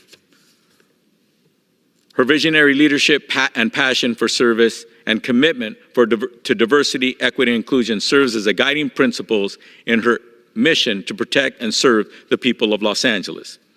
Beyond her professional achievements, Deputy Chief Flores remains an active member of various law enforcement associations and a proud ambassador for her alma mater, inspiring others to pursue their educational goals. In recognition of her exemplary service, Deputy Chief Ruby Flores was honored with the Champion of Women Award by the Los Angeles Business Journal in 2022. Her dedication to breaking barriers, promoting diversity, and upholding the values of integrity and justice embodies the very essence of Women's History Month.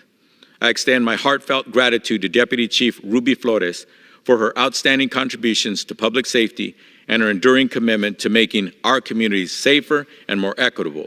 May her leadership and legacy continue to inspire generations to come.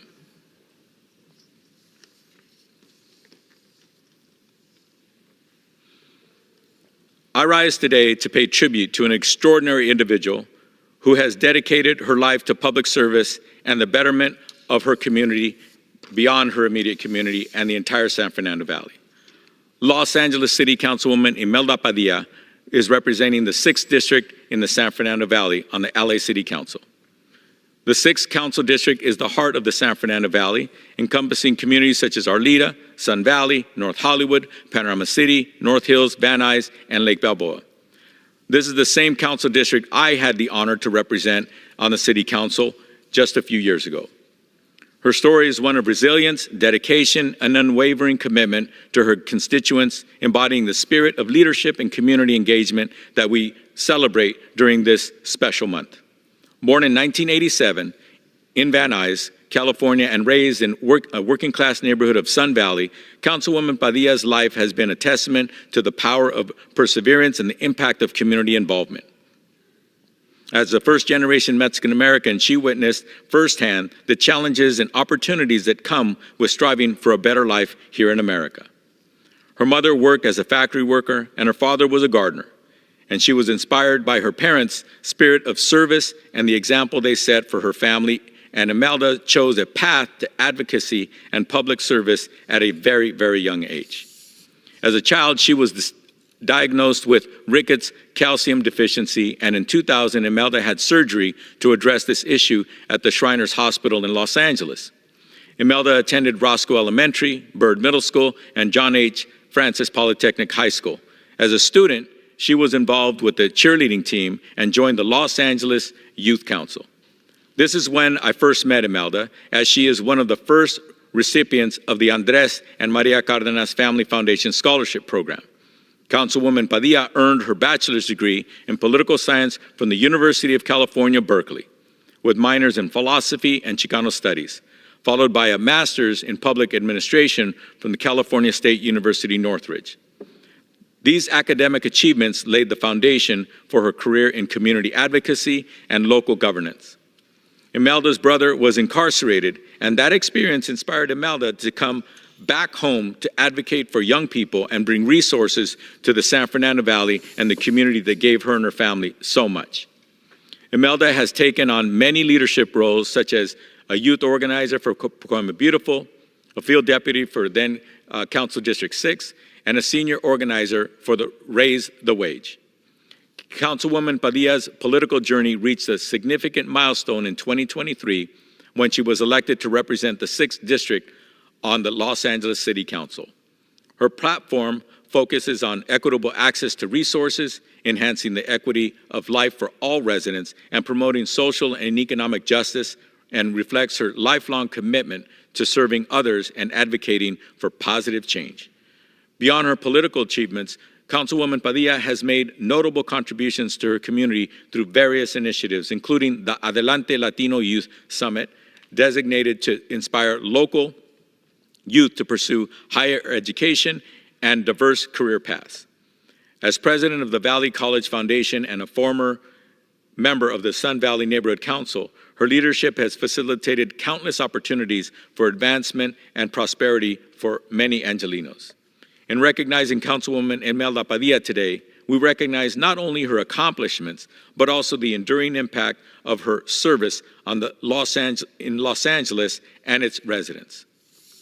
Her journey from a young advocate to a respected elected leader in the city government exemplifies the values we hold dear during Women's History Month: courage, resilience, and the power of making a difference in the lives of others. Let us draw inspiration from Councilwoman Padilla's story as we continue to advocate for equity, justice, and opportunity in our own communities throughout our nation. I extend my deepest respect and congratulations to Councilwoman Imelda Padilla for her ongoing dedication to public service and her remarkable contributions to the city of Los Angeles.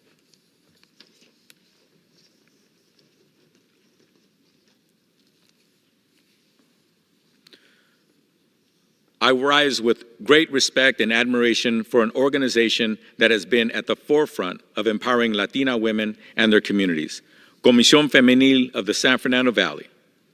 For over 5 decades, Comisión Femenil has dedicated itself to improving the quality of life for Latina women, their families, and communities through a commitment to education, leadership, development, and community involvement.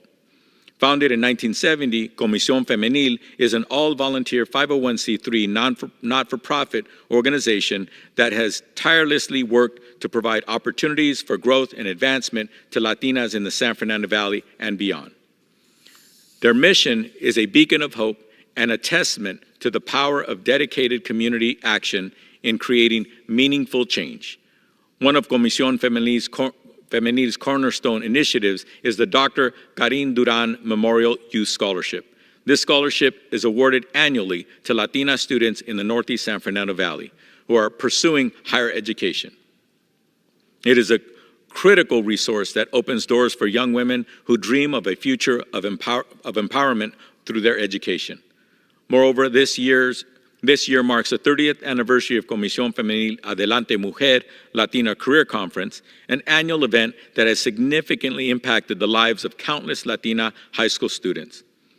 By exposing them to higher education and career options through workshops led by professional Latinas, Comisión Femenil ensures these young women can envision and pursue their dreams with confidence and determination. Comisión Femenil also excels in providing professional development and networking opportunities as well.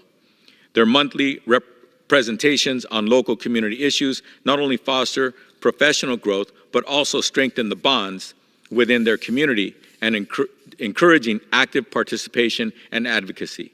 In recent years, Comisión Femenil has expanded its mentorship programs thanks to a generous $25,000 grant from the County of Los Angeles. These programs, including the High School Mentorship Program and Scholarship Recipient Mentorship Program, which offers guidance, support, and encouragement to young Latinas, helping them navigate through academic and personal challenges and succeed in their endeavors. The legacy and impact of Comisión Femenil of the San Fernando Valley are very profound. Their work not only uplifts individuals, but also fosters a stronger, more equitable community for generations to come. As we honor the contributions of women and organizations making a difference in our communities, let us draw inspiration from the commitment and achievements of Comisión Femenil. Their dedication to empowering Latina women through education and leadership development is a shining example of how focused, community-based action can drive positive change in our society. I extend my deepest gratitude and congratulations to Comisión Femenil of the San Fernando Valley for their dedication and service.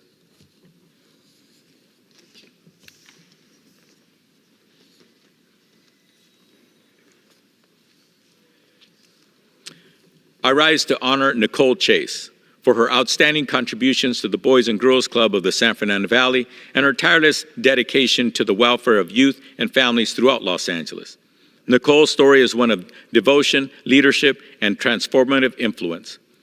Through a storied career that began after her graduation with distinction from the University of California, Berkeley, Nicole has devoted over 4 decades to serving the community, particularly focusing on youth empowerment and development.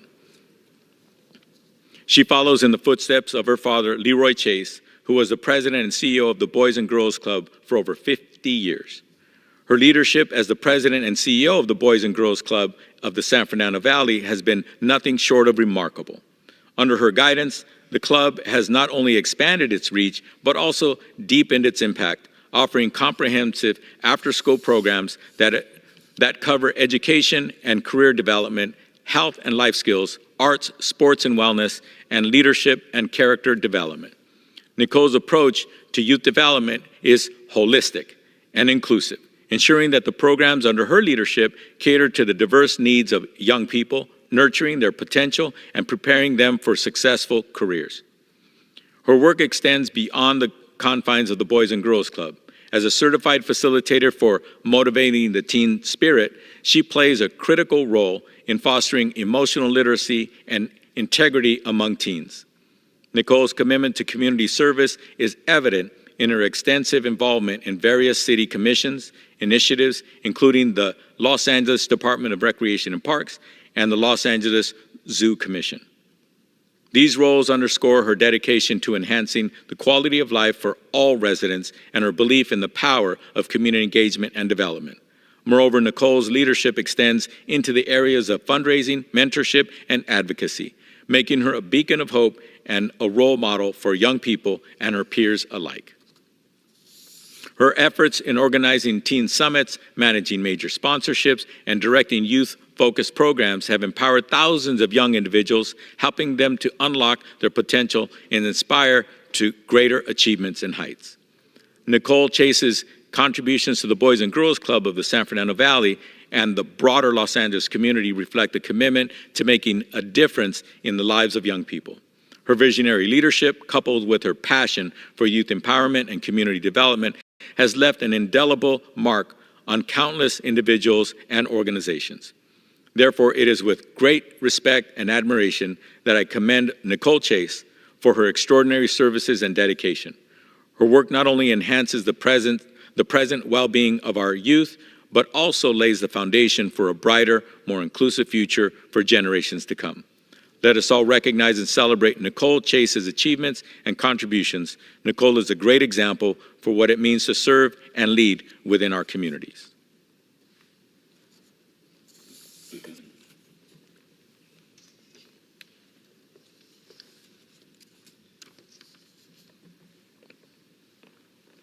I rise to honor an exceptional individual from the San Fernando Valley, Nancy Takayama. Nancy has devoted her life to advocating for the Japanese American community, promoting disability awareness, and tirelessly working towards the preservation of Japanese American history and heritage. Nancy's journey began with a simple yet profound act of kindness and inclusion, inspired by a co-worker's effort to communicate in sign language. This experience ignited a passion for disability awareness, leading Nancy to advocate for the hearing impaired through education and public performances. Her work aims to foster understanding and compassion, combating bullying and promoting inclusivity from a young age to all youth. Upon returning to her roots in the San Fernando Valley, Nancy's focus shifted towards preserving the rich history and legacy of Japanese Americans in the region. Collaborating with elder community members, she embarked on a mission to capture oral histories, ensuring that future generations understand and appreciate their heritage. Her dedication to this cause led her to pivotal roles within the community, including her presidency at the San Fernando Valley Japanese American Citizens League, and her involvement with the San Fernando Valley Japanese American Community Center. Under Nancy's leadership, the SFV JACL initiated the Kataru Histories Program, which bridges generations through the sharing of stories and experiences, enriching the community's collective memory. Additionally, her volunteer work with the Grateful Crane Ensemble highlights her commitment in educating the public around the Japanese American experience, utilizing the arts as a powerful medium for storytelling and awareness. Nancy's advocacy extends beyond cultural preservation to encompass civil rights, as evidenced by her work with the Pacific Southwest District of the PSWD JACL. Her efforts have significantly contributed to the protection of civil liberties and the promotion of Japanese American heritage throughout Southern California and the Southwest. Moreover, Nancy's involvement in the Little Tokyo Business Association and the Little Tokyo Community Council underscores her commitment to preserving historical sites, including the Tuna Canyon Detention Center, a personal endeavor linked to her family's history. Nancy Takayama's dedication to community engagement, her advocacy for disabled, and her unwavering devotion to preserving Japanese American history and heritage are inspirational to the people around her. Her work not only enriches our understanding of the Japanese American community's contributions, but also serves as a beacon of inclusivity and understanding across diverse communities. Her work is a testament to the power of community service and advocacy in shaping a more inclusive and aware society. Let us celebrate and recognize Nancy's extraordinary contributions to our nation's culture. Therefore, it is with great respect and admiration that I honor Nancy Takayama today.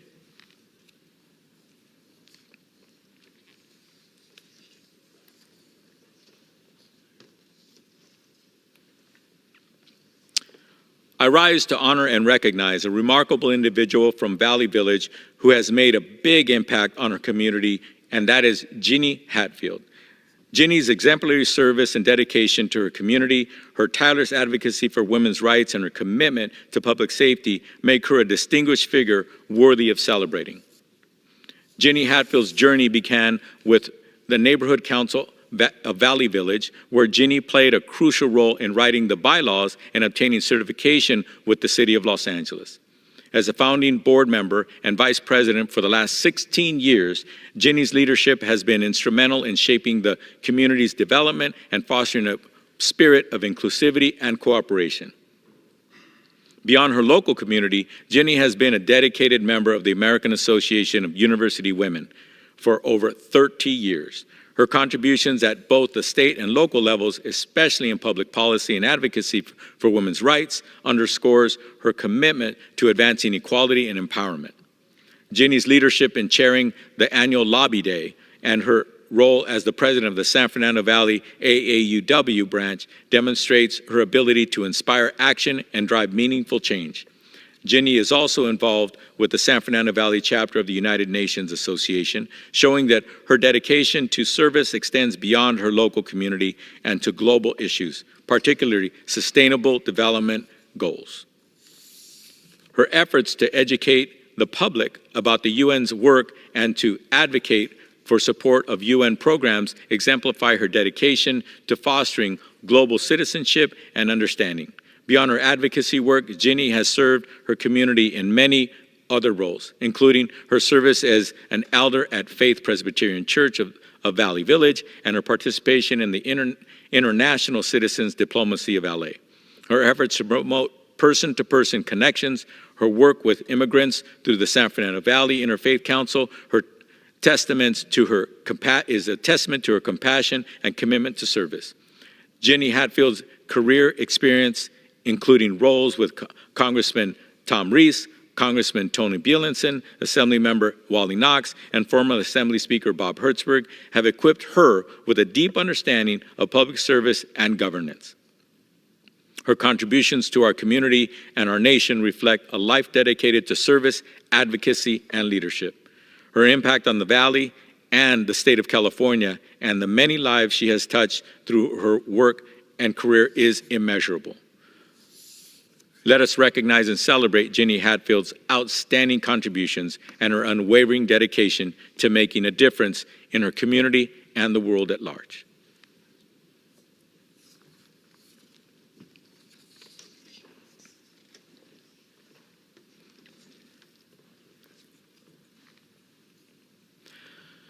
I rise today to honor a group of extraordinary young women from Sun Valley. This high school in California who recently accomplished a feat never seen in their school's long history. Last month, the John H. Francis Polytechnic High School girls basketball team captured its second straight Division I CIF LACS championship in a convincing 57-47 victory over the Arleta Mustangs. The Poly Parrots saw incredible all-round team play with critical contributions from their star players and incredible contributions from other key players throughout their team. Led by the dynamic sister duo of Hannah and Hart Leasing and seniors Sofia Cruz, Andrea Hurtado, Unique Doroteo, the Poly Parrots beat some of the tournament's toughest basketball teams en route to their championship title. To back-to-back city championships for them delivered in an incredible season as the Poly Parrots went 10-1 in their league and finished the season with a 17-9 record overall. These young women showcased their incredible drive, resilience, and showed they were not complacent with last year's title and they were hungry for more, and they certainly prevailed. I want to commend head coach Elton Ferry and the rest of his staff, Kimberly Pulido, Gabriela Gallardo, and Eduardo Alcantar, for building an incredible basketball program and making sure these student athletes are succeeding on and off the court. Congratulations, Polytechnic High School girls basketball team. You are the champions. I look forward to seeing what's in store for you next year, as I truly believe, and I think you really can make it 3 in a row. Mr. Speaker, I yield back the balance of my time. The gentleman from California yields. Does the gentleman from California have a motion? I move that we adjourn. The question is on the motion to adjourn. Those in favor say yay. Those opposed say nay. The yeas have it. The motion is adopted. Accordingly, the House stands adjourned until 9 a.m. tomorrow morning.